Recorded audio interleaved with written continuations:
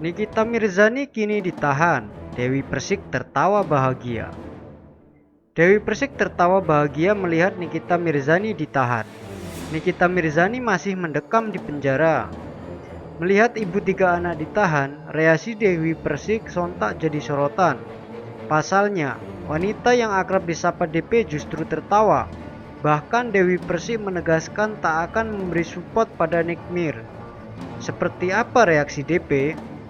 Respon Dewi Persik saat disinggung soal ditahannya Nikita Mirzani cukup mengejutkan. Nikita Mirzani kini ditahan di rumah tahanan kelas 2B Serang, Banten. Nikita Mirzani ditahan atas kasus pencemaran nama baik yang dilaporkan Dito Mahendra. Tim kuasa hukum Nikita Mirzani sudah mengajukan permohonan penangguhan penahanan